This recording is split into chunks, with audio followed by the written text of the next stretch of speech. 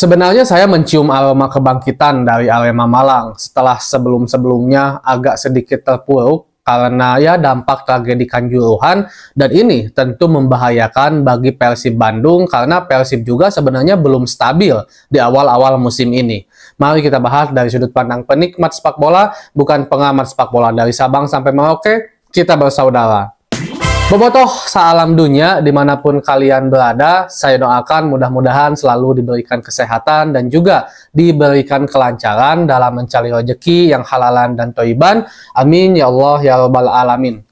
Ini adalah pertandingan yang bisa dibilang super big match gitu kan, karena Arema dan Persib adalah salah satu tim besar di Indonesia, mempunyai sejarah dan bisa dibilang salah satu ya rival Persib juga lah, apalagi Arema yang sekarang saya yakini jika dilihat dari bagaimana performanya di Piala Presiden menjadi juara juga, bagaimana performanya di dua pertandingan awal Arema gitu kan, di awal-awal liga ini cukup menjanjikan, dan saya melihat ada sebuah kebangkitan lah dari Arema setelah sebelumnya kita lihat Arema ini sebenarnya cukup terpuruk karena pasti terdampak dari tragedi Kanjuruhan. Dan sebelum saya masuk ke Persib Bandung dan Arema, kira-kira siapa yang akan menang, harus seperti apa bermain, mungkin ini juga adalah salah satu pertandingan sejarah di mana Persib Bandung tidak ditayangkan oleh televisi. Wanian pisan kaking Persib gitu kan. Padahal kita tahu, kalau kita lihat bagaimana historis, dan ini fakta, ini bukan karena kita pendukung Persib jadi ngalus-alus Persib, enggak, tapi ini fakta. Kalau pemasukan dalam tanda kutip hak siar terbesar itu pasti selalu dari Persib Bandung, karena sesuai dengan tagline bobotoh salam dunia, dimanapun itu aya pendukung Persib Bandung, aya supporter Persib Bandung. Jadi nu nonton Persib mah loba, bahkan yang bukan pendukung Persib pun sering nonton Persib karena tim besar, seru, banyak pemain bintang. Jadi resep lah si galamun orang, walaupun bukan pendukung Madrid misalkannya, tapi ketika Madrid main mah hayang ningali, weh da tim alus gitu kan. Banyak juga pendukung-pendukung lain yang menonton Persib itu karena seperti itu. Dan sekarang hak siar tidak diberikan kepada Persib Bandung karena lebih condong memilih untuk menayangkan uji coba Timnas Indonesia U17 ya, kalau saya nggak salah, dengan India, sehingga ditayangkannya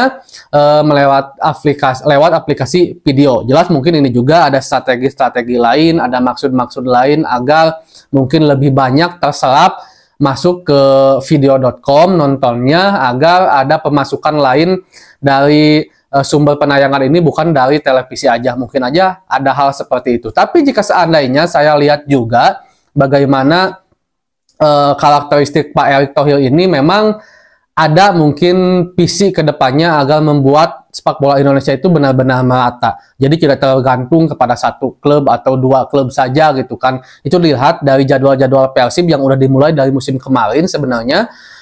Itu nggak melulu Persib itu selalu bermain weekend. Kalau dulu kan nonton Persib itu nggak pastilah Sabtu Minggu mah poena Persib, kasar nama sih kayak gitu, poena Persib guys. Ayeuna mah Persib kan kadang main Jumat, kadang juga Senin, di laga selanjutnya kalau saya nggak salah hari Senin main gitu kan. Nah ini menandakan kalau memang PSSI dan PT LIB sekarang udah benar memandang rata semua tim, tidak ada mana yang lebih ngasilin duit dan segala macamnya. Mungkin mereka juga punya tujuan agar kedepannya sepak bola Indonesia ini lebih merata, tidak bergantung hanya kepada satu tim besar seperti King Persib, mungkin saja seperti itu. Atau juga ada maksud-maksud lain, ingin coba dulu kalau tanpa Persib gimana respon masyarakat sepak bola Indonesia dan segala macamnya, kita nggak tahu. Karena mungkin sekarang juga banyak banget ya tontonan dari link-link mungkin yang kurang baik gitu kan, yang ilegal, sehingga mungkin saja jadinya penonton tuh nggak benar-benar terserap jadi duit, kasarnya seperti itu. Mungkin aja ya, tapi intinya Persib mau ditayangin mau enggak, kita akan selalu berusaha untuk mendukung Persib dan nonton Persib Bandung, terutama untuk bobotoh yang memang bisa memiliki kemampuan, memiliki kesehatan untuk datang ke stadion,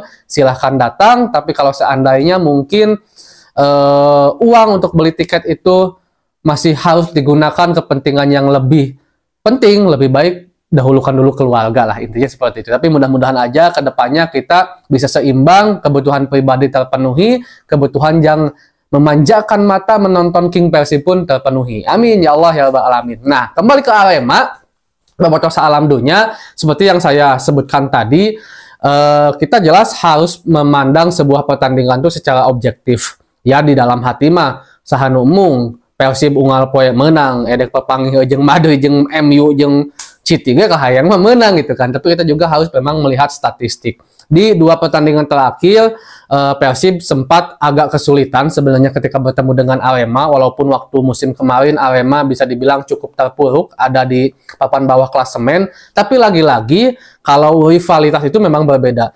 Tim manapun yang sedang jelek, kalau ketemu rival itu, ya permainannya beda lagi. Misalkan kalau Persib lagi jelek nih musim sekarang, ketemu Arema, ketemu Persija, ketemu Persebaya, itu rasanya beda, ngedadak bagus gitu. Karena itu juga yang selalu dilakukan, yang selalu terlihat dari Arema. Ketika Arema lagi jelek, ke Persibnya juga ada hese ngeleh genteh gitu kan. Nah, musim sekarang, Arema di awal-awal liga ini cukup bisa dibilang mengebut bagus lah bagi saya ya, tidak terlalu buruk-buruk amat. Kalau jelek kan kayak PSBS Biak tuh yang masih belum juga menemukan performa terbaiknya, agak shock juga ternyata PSBS Biak ya ada di Liga 1 begitu sulit mengalahkan lawan-lawannya. Itu berbeda dengan PSBS Biak, Arema trennya positif di awal-awal liga ini. Begitu juga dengan Persib Bandung sebenarnya cukup positif, dan Persib memiliki budaya yang kurang baik sebenarnya ketika memulai liga. Ini udah dari semua pelatih, hampir semua pelatih, mungkin kalau kita tarik di 2 musim bersama Coach Robert, 1 musim bersama Coach Luis Milla, Persib itu selalu memulai laga kurang baik, dan sekarang agak baik di era Coach Bojan Hodak. Tinggal lihat aja nih sekarang di pertandingan ketiga.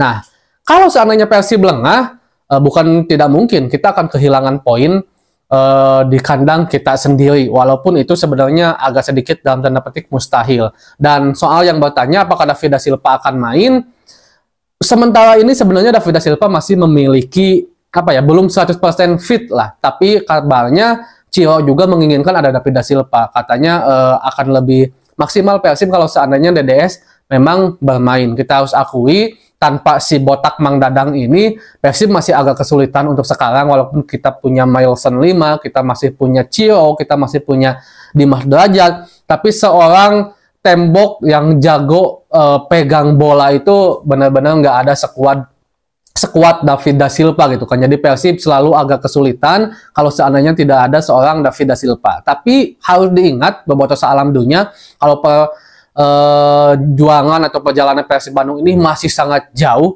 Kalau kita berbicara liga, belum tentu yang 3 kali menang di pertandingan pertama liga ini bisa akan jadi juara, belum tentu. Cuman indikasi ke situ memang ada, tapi belum tentu ya. Yang otomatis Persib itu harus bisa memikir secara panjang juga. Bagi saya pribadi, kalau seandainya memang David da Silva belum 100% fit, dan kalau seandainya dimainkan akan membahayakan performanya di pertandingan-pertandingan selanjutnya, kalau menurut saya lebih baik memang simpan dulu lah, jadi cadangan. Nggak apa-apa, kita usahakan maksimalkan Dimas atau pemain-pemain yang lain, atau seenggaknya mungkin bermain tapi tidak diberikan jam permainan yang penuh 90 menit, karena kita harus berpikir panjang juga, apalagi kita akan bermain di Asia, dan itu sebenarnya karakteristik Coach Bojan Hodak. Jika dilihat dari musim kemarin, Bojan Hodak ini selalu tidak memaksakan pemain yang cedera. Beda jeung pelatih-pelatih sebelumnya mungkin sok wes sabubukna tulang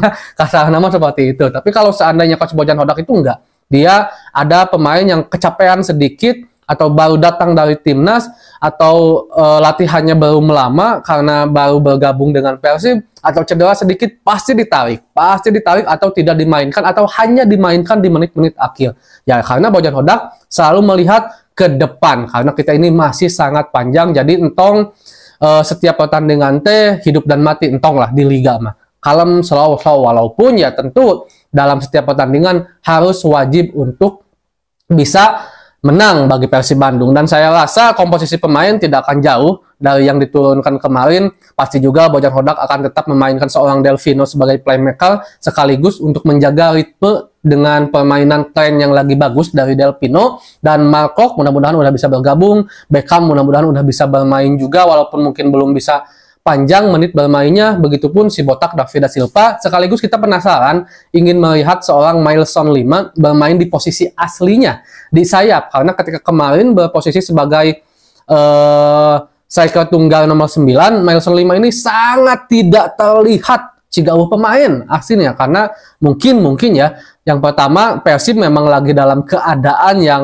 cukup dibombardir habis-habisan oleh Dewa United kemarin, sehingga Mailson tidak bisa memperlihatkan performa terbaiknya. Mailson baru main bersama Persib beberapa pertandingan, ditambah mungkin juga bukan posisi asli, jadi kurang tepat lah. Tapi kalau seandainya soal prediksi, saya masih lebih condong Persib yang akan menang melawan Arema ini, walaupun mungkin tipis. Bukan karena saya pendukung Persib, saya selalu objektif kalau soal hasil. Persib bisa menang, bisa. Kalau Persib bisa pialeun, saya selalu bilang seperti itu. Mudah-mudahan aja Boboto jaga kesehatan semua agar milik Persib Bandung tiasa kenging melawan Arema Malang hari Ahad malam. Amin ya Allah ya Rabbal Alamin. Assalamualaikum.